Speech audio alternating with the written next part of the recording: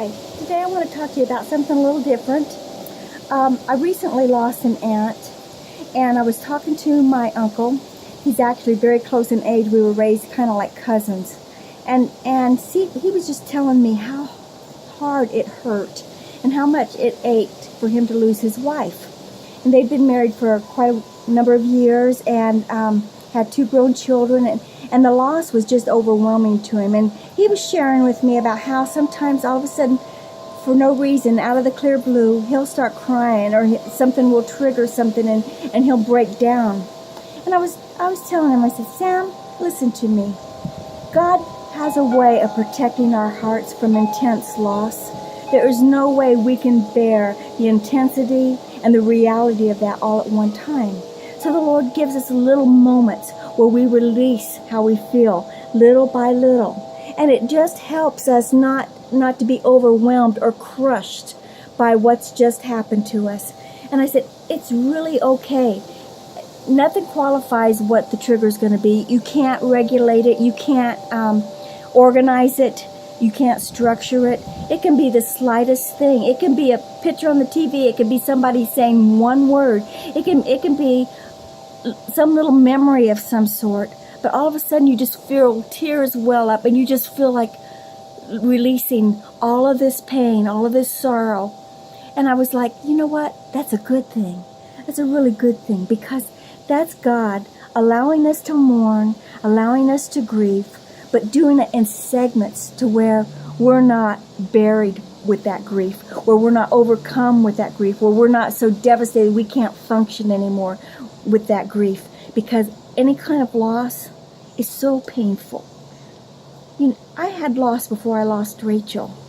As a teenager, when I was 15, I lost a 12-year-old sister. She drowned.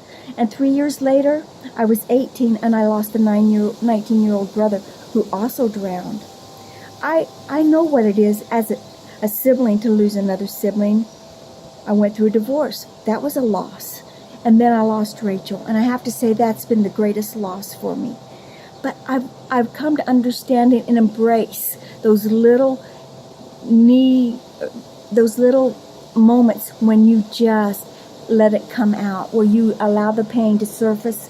You cry for a few minutes, and then you know what? You can turn around in 10 minutes and laugh about some good memory that you have. That's just God's way of healing our hearts.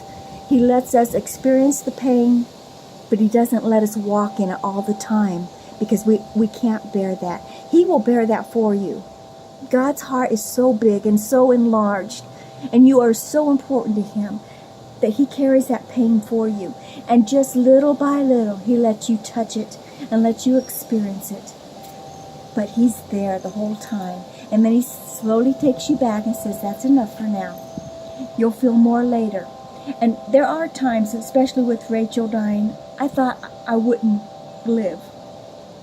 I thought I wanted to die. But I didn't. And then I came to appreciate how the Lord leads us through the grieving, mourning, and the loss process. And I want to encourage you today. Maybe you're there. Maybe you've been there. And maybe there's a guilt complex sometimes for losing it, like you say. I just lost it. No, there's no guilt associated with that. You don't want to stay there. But it's okay to go there from time to time. God's faithful.